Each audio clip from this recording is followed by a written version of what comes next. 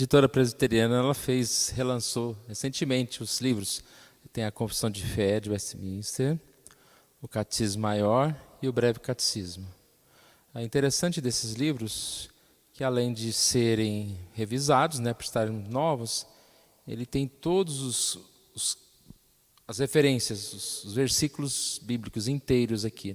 Então não é só a confissão de fé, tem o capítulo, tem a seção e os textos bíblicos, todos os textos bíblicos. Muitas vezes, olha, textos de páginas inteiras que estão aqui. É aquela ideia de perceber que se você coloca a referência, não sei se é preguiça ou o que é, você acaba não lendo.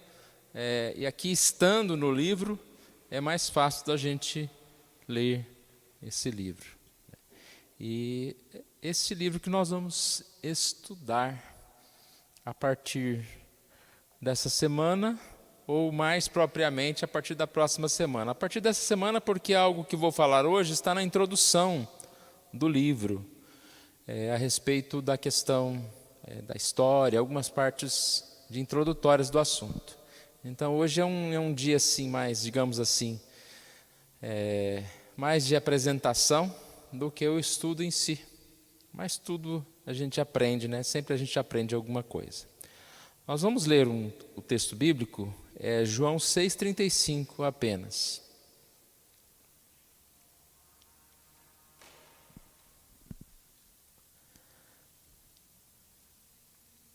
Eu sou o pão da vida. O que vem a mim jamais terá fome. E o que crê em mim jamais terá sede. Nós sabemos que podemos nos alimentar da verdade e da palavra de Deus. E como a gente estava falando há pouco, hoje nós temos facilidade com as canções, facilidades com a Bíblia, tantas formas de estudar a Bíblia, mas ainda alguns recursos que vamos dizer de antigamente são muito importantes. O primeiro recurso de antigamente que é muito importante é ler a Bíblia. Você pode ler comentários, você pode ouvir pregações, mas não é a mesma coisa de você ler a Bíblia. Você ser guiado pelo Espírito Santo, iluminado pelo Espírito Santo para compreender uma passagem bíblica, sem a ajuda de ninguém, sem ninguém falando versículo, sem nenhum livro, sem nenhum comentário. Isso também é importante, talvez mais importante. Nós temos que estudar, nós precisamos e podemos ouvir pregações e tudo mais, mas o que Deus fala com você, a partir de um texto que você mesmo leu, e estudou e refletiu. E às vezes a gente não tem esse recurso de estudar, de parar, talvez com um caderninho ali. Algumas vezes eu vou estudar alguma coisa, eu escrevo os pensamentos com um caderno mesmo, porque parece que escrever também é um outro jeito do que digitar alguma coisa, do que copiar e colar. Você sentado, escrever ali alguns pontos sobre aquele texto, sobre aquele versículo. O pão da vida. O texto diz que quem vem a mim jamais terá fome, e o que crê em mim jamais terá sede. E nós temos observado essa ideia de que crer em alguma coisa você precisa conhecer. Porque você crê que isso é uma verdade, porque você crê que isso alimenta, porque você conhece. Então, não é aquela história, não, eu creio porque está todo mundo indo atrás, ou porque falaram que é bom. Não, eu creio porque eu experimentei, eu estudei, eu conheci, eu sei que o Senhor é Deus, porque Ele é o Deus da minha vida. Um outro versículo, aqui também, introdutório, 1 Coríntios 14, versículo 15. Que farei, pois? Orarei com o espírito, mas também orarei com a mente. Cantarei com o espírito, mas também cantarei com a mente. Então, nós podemos orar, nós podemos cantar. Isso é algo maravilhoso, é espiritual, mas nós não fazemos algo apenas, digamos assim, espiritualmente. O contrário também é ruim, né? Aquele que canta só com a boca, ou talvez de uma forma sentindo algo espiritual, mas não está decifrando aquilo que está cantando, nem sabe o que está cantando, não sabe a letra do que está dizendo. E muito mais na questão da oração. Eu orei, mas eu não orei palavras que tenham entendimento. Então, tem palavras bonitas que não têm espírito. Mas não adianta se falar, não, mas a minha oração é espiritual, mas eu nem sei o que eu disse. A minha música é espiritual, é algo lindo. Então pode ser apenas algum tipo de sensação, porque o espiritual ele é junto à mente e o espírito. Não é simplesmente cantarei, né? Porque é bonito o arranjo da música, a melodia, mas porque eu cantarei com a mente e também cantarei com o espírito. Eu tenho vontade, às vezes, da gente estudar, né, hinos, escrever algumas letras sobre alguma mensagem sobre hinos, sobre cânticos, porque às vezes fica vazio, né? O que é o grande eu sou que nós cantamos há pouco? Qual passagem bíblica, né, que Deus se referiu como o grande eu sou? E assim a gente precisa saber da Bíblia, e assim como aumenta, né? Quando a gente canta uma letra que a gente conhece na Bíblia, o valor daquela letra, daquela música vai aumentar para nós, porque ela tem sentido para nós.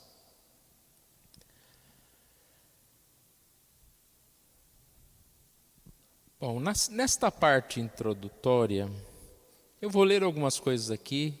Se os irmãos perceberam, esses slides foram os slides que eu compartilhei no Instagram, no Facebook. Vou tentar fazer isso toda semana, porque aí você tem lá na sua casa. A Ludiane até deu a ideia, né, do PDF, da Confissão de Fé. Depois eu vou colocar no grupo o PDF da Confissão de Fé de Westminster, toda ela. Aí depois vamos dar um capítulo por semana. Você lê lá um capítulo, não precisa ficar enviando sempre, né? Mas são 30 e poucos capítulos. E a gente vai estudando. Joguei algumas palavras ali. Símbolos de fé. A aula que eu dou lá no Instituto Bíblico, a matéria chama Símbolos de Fé. O que seriam os símbolos de fé? Todo mundo sabe o que é um símbolo, né? Alguma coisa que pode ser, digamos assim, comparada a outra. Ela é utilizada, de certa forma, para lembrar a outra. Uma coisa muito utilizada hoje em dia são os logotipos, né? Quando você vê um certo logotipo da Sarça lá, você lembra da Igreja Presbiteriana do Brasil, ou você vê uma marca de uma roupa, você já se liga àquilo. Então, símbolos de fé são coisas que nós podemos ter como confissões, credos, catecismos e etc., que nos remetem à nossa fé, que nos lembram a nossa fé e que nos ajudam a entender, a compreender a nossa fé. Nós precisamos compreender a nossa fé, o que nós cremos. Então, a palavra símbolo está relacionada a isso, a confrontar, comparar, pôr junto, encontrar. E aqui essa frase final é muito importante. Olha, o símbolo só tem valor porque aponta para a realidade simbolizada. Então, por que eu acho importante a confissão de fé? Porque ela vai me apontar para a Bíblia. Tanto que a confissão de fé, ela, numa pergunta pequenina, às vezes tem 10, 12, 15 textos bíblicos. Pergunta não, né? Num capítulo chamado aqui de sessão, de 6, 7, 8 linhas, depois tem 2 páginas inteiras de versículos, de citações bíblicas. O que você disse tem que ser comprovado com a palavra. Então aqui, outras palavras que apareceram. Credo. O que é credo? São declarações de fé. A palavra credo significa eu creio. Então, eu creio no quê? Você pode escrever um credo, né? Existe o credo apostólico, existe o credo niceno. Você pode escrever o seu credo. Escreva num caderno, num lugar. Eu creio em Deus Pai, Filho e Espírito Santo. O que eu creio? Então são coisas que são não provas, mas são coisas que nos remetem à lembrança, né? Pode passar um tempo, você vai voltar ali e você diz, eu ainda creio nisso.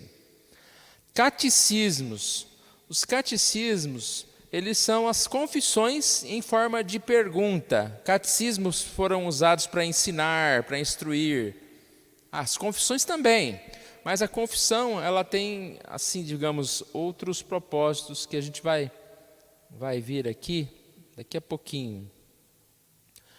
O catecismo são aquelas questões. Por exemplo, a Confissão de Fé de Westminster, que nós vamos estudar, ela, depois que foi escrita, ela foi colocada em forma de perguntas. E ela veio como o breve catecismo e o catecismo maior. Eu estava até comentando com a Lourdiane no início do culto, que por que tinha o breve catecismo e o catecismo maior? Todo mundo sabe que o breve catecismo, ele tem menos perguntas e são menores as perguntas e as respostas são mais fáceis, menores. Enquanto que o catecismo maior, além de ter um pouco mais, número maior de perguntas, as respostas são maiores. Por isso que é breve catecismo maior. Mas eu estava vendo aqui nesse estudo histórico, o breve catecismo foi feito para as crianças e o catecismo maior para os adultos. Então, na igreja se estudava a confissão de fé e se estudava, então, a partir do breve catecismo para as crianças e do catecismo maior para os adultos. Desde pequeno, então, os pequenos estudavam o breve catecismo, que são 103, 102 perguntas, algo assim. E é curioso que a gente vai ver aqui, com o passar do tempo, existiu, digamos assim, um certo desmerecimento, esquecimento dessas confissões, até que criaram um catecismo de criança, menorzinho, né? São quantas perguntas aquele catecismo, lembra? 50, parece? 50 e poucas, mas menorzinho aí, mais simplificado ainda, né? Criaram um catecisminho, menorzinho. E assim a gente percebe o que as coisas foram acontecendo.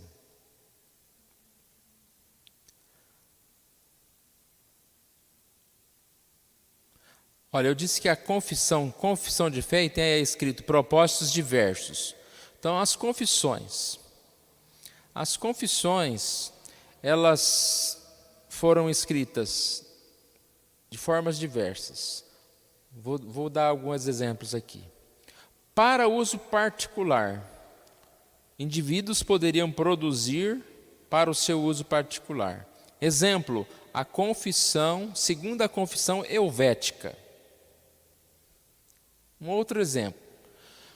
Por um concílio de uma igreja específica, particular. Os cânones de Dort.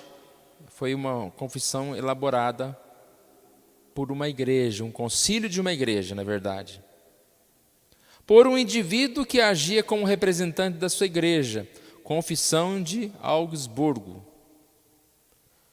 Por um grupo de teólogos convocado pelo Estado, confissão de fé de Westminster. A gente vai ver logo isso aqui também, mas a confissão de fé de Westminster, ela foi, então, um grupo de teólogos convocado pelo Estado.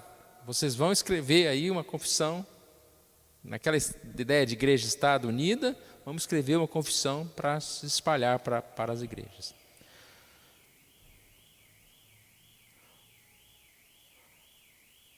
Como defesa da fé, em meio à terrível perseguição, a confissão dos valdenses. Então, existem várias confissões, vários exemplos disso.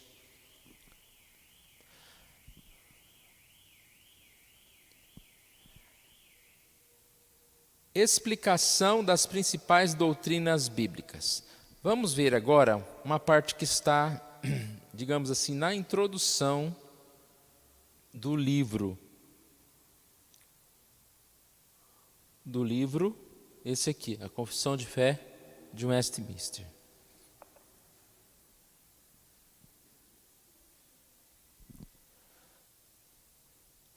Às vezes a gente reclama, né, que uma reunião demora muito, no presbitério, 2, 3 dias.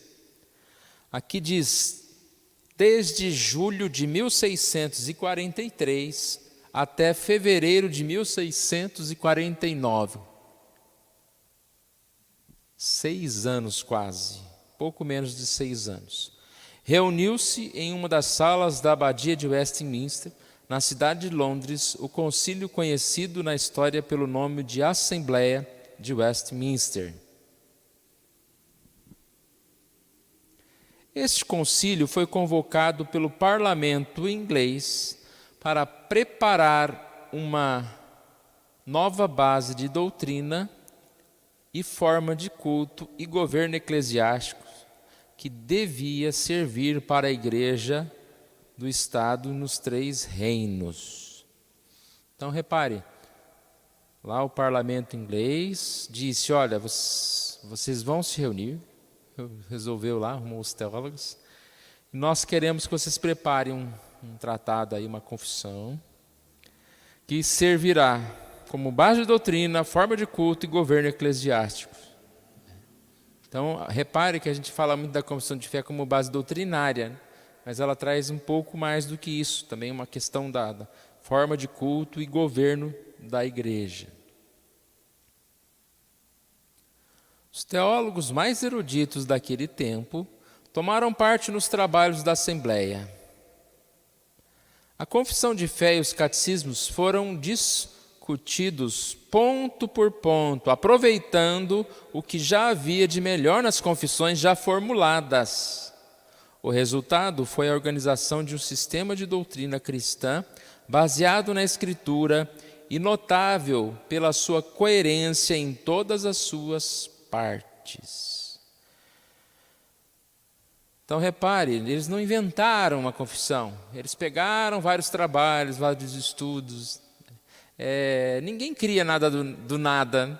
Interessante, às vezes você pega um comentário bíblico, por exemplo. Você vai ver lá que tem uma bibliografia. Então, quem escreveu aquele comentário, ele estudou outros variados comentários e ele tentou colocar numa linguagem mais prática, digamos assim, ou uma linguagem melhorada, acrescentou uma coisa, retirou outra. Foi o que aconteceu aqui na confissão de fé. Como disse, é realmente um trabalho notável pela sua coerência. Quando nós vamos estudando, você vai perceber a simplicidade e, ao mesmo tempo, como tem profundidade cada tópico estudado. Então, vamos falar sobre Jesus. Ele pega os tópicos principais a respeito de Jesus. Falar sobre a Bíblia, que é a palavra de Deus, é o primeiro tópico. Fala sobre coisas importantíssimas e com as referências bem escolhidas para isso. Alguém pode dizer, mas tem uma linguagem um pouco diferente, né? A coisa foi escrita em 1649. Mas exatamente nós estamos aqui para estudar, para trazer um pouquinho para a nossa linguagem algumas coisas e entender que a Bíblia não muda. A Bíblia será sempre a mesma. Você não pode simplesmente trocar a Bíblia por uma outra Bíblia. Existem várias traduções, né? Bíblia Viva, Bíblia Visão, Nova Versão Transformadora, essa e aquela. A gente precisa manter uma tradução antiga e estudar essas outras, mas a gente simplesmente não pega a Bíblia e troca por uma outra Bíblia. Foi a última das confissões formuladas durante o período da Reforma. Segue o plano adotado no tempo da Reforma, é mais elaborada e apresenta um pequeno sistema de teologia. Esse sistema é conhecido pelo nome de calvinismo, por ser o que João Calvino ensinou e foi aceito pelas igrejas reformadas. Então é interessante essa ideia aqui que ele foi formulado durante o período da Reforma. Então, no momento em que as pessoas estavam sem assim com essa vontade principal, né, de firmar a fé, firmar a verdade, combater, principalmente na época, o catolicismo, mas eles estavam a fim de o que eu creio, eu preciso me diferenciar, qual é a forma, né, como eu me expresso, e isso foi muito importante, com certeza, muito importante aqui para a ideia. Vamos seguir. A autoridade da confissão de fé e dos catecismos. Há pessoas que estranham adotar a Igreja Presbiteriana uma confissão de fé e catecismo como regra de fé, quando sustenta sempre ser a Escritura Sagrada a sua única regra de fé e prática. A Igreja Presbiteriana coloca a Bíblia em primeiro lugar e ela só que deve obrigar a consciência. A Igreja Presbiteriana sustenta que a Escritura é a suprema e infalível regra de fé e prática. E também que a confissão de fé e os catecismos contêm um sistema de doutrina ensinado na Escritura. É justamente porque cremos que a confissão de fé e os catecismos estão em harmonia com a Escritura, nossa regra infalível, que os aceitamos. Acho que ficou bem claro isso aqui. Alguém pode estranhar, mas quando você vai fazer profissão de fé, você tem que falar, né, que você crê na palavra de Deus, e como sistema de doutrina, a confissão de fé. Quando um presbítero, um diácono é eleito, ele tem que concordar, né, com a confissão de fé, às vezes nunca leu, não sabe nem o que é isso, mas tem que concordar, né? Por que isso? Por que a igreja precisa? Não, eu creio na Bíblia. Na verdade, a ideia é como você crê na Bíblia. Então, nós cremos como igreja que a confissão de fé, ela é digamos assim, um documento que se aproxima muito bem e nos ensina muito bem a questão da Bíblia, né? Como a Bíblia deve ser conhecida, como a Bíblia deve ser crida. Então não tem essa história, é só a Bíblia, né? Só a Bíblia, mas a Bíblia, nós precisamos compreender e estudar a Bíblia. E como nós vamos estudar a Bíblia? A partir de outros livros que nos ajudam a estudar a Bíblia, e a confissão de fé é um deles. Mais para frente aqui dá para a gente fechar essa mesma ideia aqui que nós acabamos de falar, que são alguns pontos a respeito da importância dos credos e confissões. A apologética, tanto nos primeiros séculos da igreja, quanto as heresias cristológicas ameaçaram a fé, como no final da Idade Média, quando os ataques à fé vieram mais sofisticados por conta do escolasticismo. Os credos e as confissões foram instrumentos de defesa da fé cristã, estabelecendo o conteúdo ortodoxo da fé cristã e rechaçando as heresias antibíblicas. Então, qual é a importância de nós termos um sistema de doutrina? É apologética, ou seja, é em que eu creio. Os ataques estão por aí, os ataques à doutrina, à verdade da palavra de Deus. A gente tem uma ideia, às vezes, muito inocente, né, que as pessoas todas acreditam como a gente, entendem como a gente. Talvez você é da igreja há muito tempo, você aprendeu a doutrina, você foi criado numa doutrina, e você não tem dúvidas a respeito daquilo. Mas não é para nosso espanto. Às vezes, pessoas que estão dentro da nossa igreja têm desconhecimento de coisas básicas, de coisas assim que você fica assim, será? Como que a pessoa falou isso ou pensa assim? Então, nós precisamos nos firmar e precisamos ter como responder aqueles que estão errados ou que estão de outra forma. Qual a importância? Também como profissão de fé individual. O que eu creio? Para mim, para o meu fortalecimento espiritual, para o meu entendimento. Como credo, nós dizemos o que cremos. Com as confissões, nós publicamos o que confessamos.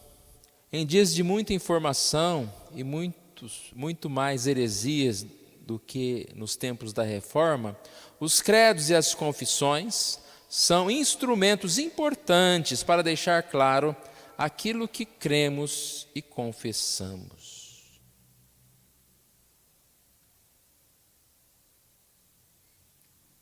Ponto 3 e último aqui. Qual a importância dos credos e confissões? Profissão de fé coletiva. Eu estava falando há pouco, né? Às vezes tem uma pessoa que pensa diferente, não devia.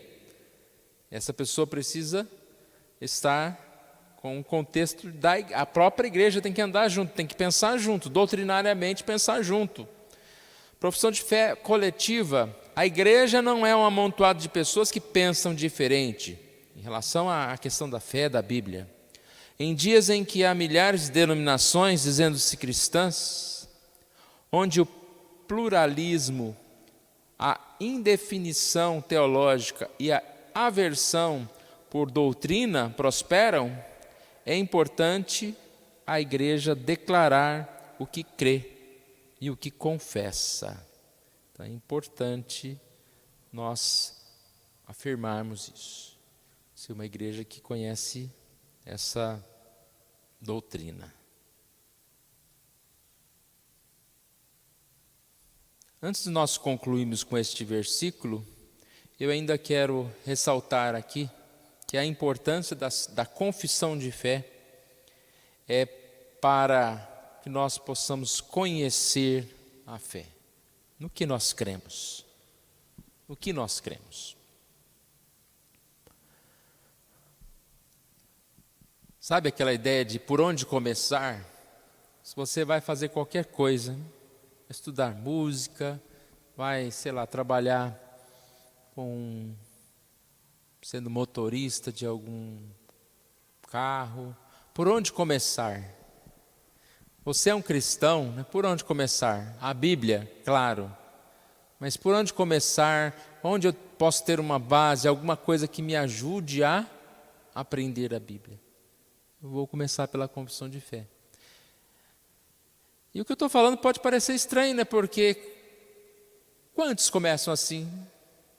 Às vezes a pessoa entende a Bíblia, já vem para a igreja, mas ela dificilmente teve esse contato que nós estamos falando aqui com a confissão de fé. Nós estudamos aqui na igreja em quarta-feira a confissão de fé, eu acredito que foi em 2013, no primeiro ano que eu estive aqui. Estudar pela mesma vez por ano. Ou pelo menos citar algumas partes, resumir algumas partes. Mas, irmãos, às vezes a gente está vivendo num mundo em que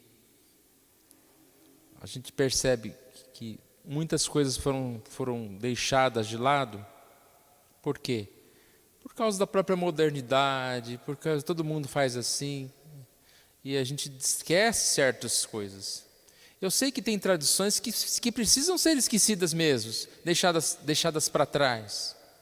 A gente não precisa ser sempre igualzinho em relação a uma série de questões. Então, não que a gente precisa ser engessado, a mesma igreja, 100 anos, 200 anos, canta os mesmos hinos, a mesma forma de litúrgica, tudo igualzinho, tudo direitinho, do mesmo jeitinho. Não. Mas tem coisas que não vão mudar, no sentido de que nós podemos aprender com elas. Não estou dizendo que é só com elas, mas nós estamos dizendo assim, vamos começar por aqui? Vamos começar aqui estudando breve catecismo maior, a confissão de fé. Nós colocamos no boletim, parece que foi ano passado, aquele catecismo, Nova Aliança, não vou lembrar o nome agora. É um catecismo que foi baseado na confissão de fé e ele tem essa ideia de fazer algo mais moderno, algo com uma leitura maior, mais próximo. Então nós podemos, acho que é Nova Cidade, catecismo Nova Cidade, alguma coisa assim. Nós podemos fazer isso, nós devemos estudar, mas a gente não pode esquecer, né? E quando a gente, no decorrer das semanas que a gente for estudando a confissão de fé, eu espero que os irmãos comprovem que isso é verdade, que quanto é bom esse estudo, a partir do que nós vamos estudar.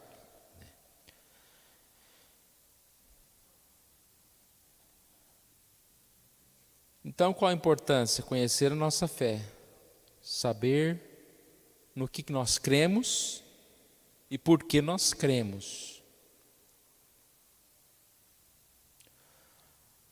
A confissão de fé, ela vai evidenciar os fundamentos e ensinos da Bíblia. Ela vai nos ajudar a nos demarcar a nossa posição teológica, como nós pensamos, como nós entendemos a Bíblia. Estava falando agora sobre o enfraquecimento do estudo da confissão de fé.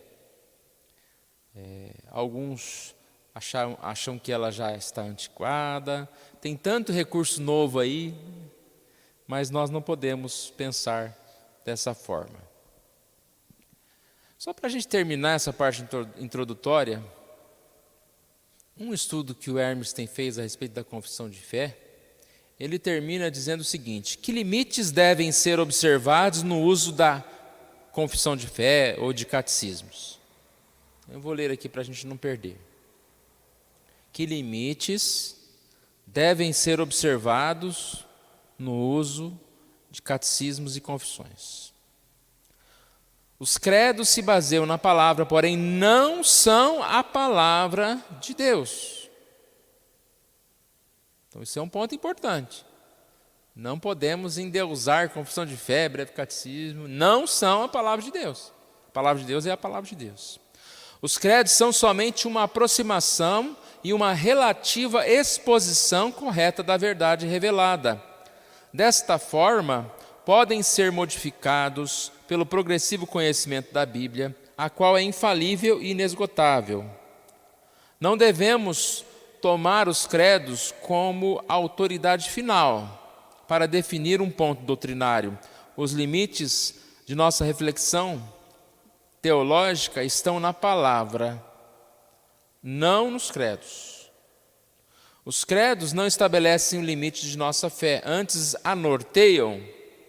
A palavra de Deus sempre será mais rica do que qualquer pronunciamento eclesiástico, por melhor que seja elaborado e por mais fiel que sejam as Escrituras.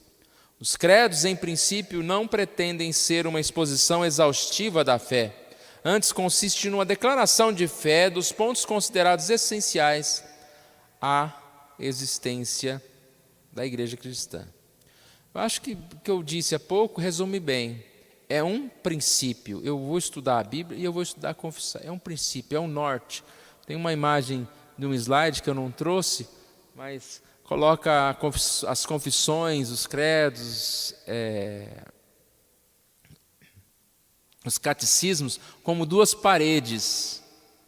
Então tem a palavra de Deus e os credos como as paredes para auxiliar esse fluxo. E aí tem uma outra imagem do lado, a Bíblia sem nenhuma parede, e as pessoas vão caminhando, vão fugindo do corredor que seria a palavra, a verdade, vão saindo. Então é muito fácil desviar. E nós temos então este como ensino para nos ajudar. E já houve mudanças. Nós sabemos que a confissão de fé, quando a gente for estudando, a gente vai ver algumas coisas assim um pouco diferentes, que a gente precisa pensar melhor. Não é a palavra de Deus, correto? Que farei, pois?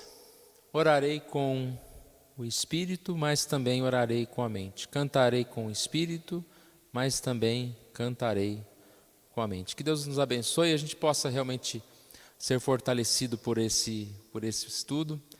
E nós vamos então colocar lá o PDF com todos os capítulos, mas provavelmente a gente vai estudando um capítulo por semana. Tem os capítulos menores, pode ser que estude mais de um.